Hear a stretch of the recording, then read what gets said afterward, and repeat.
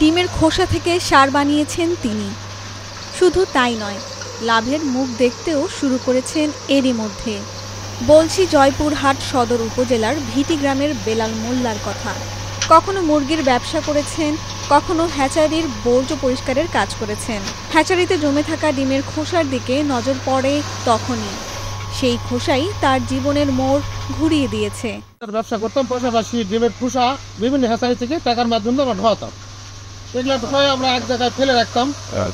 অনেকগুলো যখন বেশি হতো, বগুড়া থেকে কিছু লোক আসে আমাদের কাছ থেকে খোসাগুলো টাকাতে কিনে নিত। টাকাতে কিনে নিত। ভালো করে খোঁজ খবর নিয়ে দেখতেছি যে ডিমের খোসাটা জৈব সারের কাজে লাগে। বেসরকারি একটা সংস্থা আমার সার্বিক সহযোগিতা করছে, পরামর্শ দিচ্ছে যে আমি এখন নিজেই মেশিনের মাধ্যমে এটা পাউডার তৈরি করতেছি। এই পাউডারটা আপনার মাটির জন্য একান্তভাবে ক্যালসিয়াম, মাটির খুবই উপকৃত এবং এটাতে অনেক ফসল আমি আবাদ করছি, নিজে পরীক্ষিতভাবে আবাদ করছি। আমি আদা লাগাইছি এবং কাঁচা ধান লাগাইছি, ব্যাপক হয়েছে। এতে ব্যাপক সারা পেয়ে আমরা প্রায় 7 থেকে 8 জনে কাজ করি।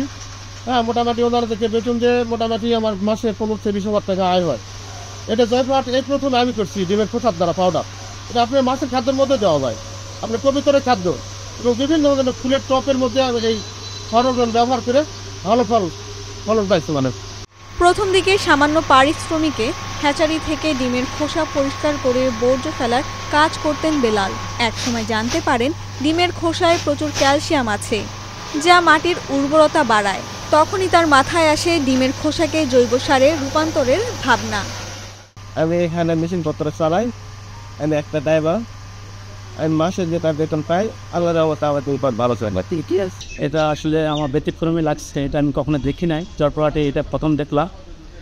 বেলাল ভাইয়ের এখানে কারখানাতে মোটামুটি 10 থেকে 15 জন শ্রমিক কাজ করে।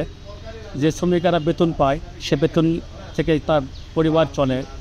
এবং বেলাল ভাই যে মালিক হিসাবে যতটুকু ইনভেস্ট করে যতটুকু প্রফিট পায়, তারও পরিবার চলে। আমার মনে হয় এটা খুব ভালো একটা উদ্যোগ। এই উদ্যোগ ভাবে যদি মোটামুটি চালাই গেলে দেশেরও ভালো হবে, অনেক ভালো হবে। বেলাল জানান, প্রতিদিন হ্যাচারির খোসা সংগ্রহ করে তা শুকিয়ে পাউডার বানানো হয়। এই পাউডার জৈব সার হিসেবে নার্সারি ও সবজি খেতে ব্যবহার করা হচ্ছে। মাছের খাবার হিসেবেও অনেকে কেনেন। স্থানীয় বাজারে এর চাহিদা বেড়েছে। পাশাপাশি বিভিন্ন জেলায় ডিমের খোসার পাউডার যাচ্ছে। 50 কেজির এক বস্তা পাউডার বিক্রি হচ্ছে 750 টাকায়। উৎপাদন, পরিবহন ও কর্মচারীদের বেতনের খরচ বাদেই প্রতি মাসে তার আয় হয় 15 থেকে 20 হাজার টাকা। জেলা কৃষি সম্প্রসারণ অধিদপ্তর বলছে, বাজারজাত করতে হলে অবশ্যই কৃষি বিভাগের লাইসেন্স নিতে হবে। এটি মেইনলি মাছের খাবার এবং পোলট্রির খাবার হিসাবে ব্যবহার করা হয়। তো এটিতে ক্যালসিয়াম, ম্যাগনেসিয়াম এবং সাইপার আছে, যেগুলি আমাদের জমির জন্য উপকারী। বিশেষ করে শাকসবজি এবং নার্সারিতে এটি বিশেষ উপকারী।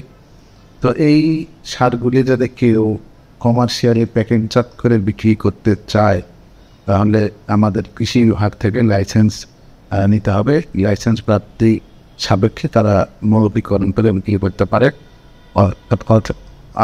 এর বাইরে তারা বিক্রি করতে পারবে না। বেলাল এখন স্বপ্ন দেখেন একদিন তার উৎপাদিত সার সারা দেশে ছড়িয়ে পড়বে এবং অনেক মানুষের কর্মসংস্থান তৈরি হবে।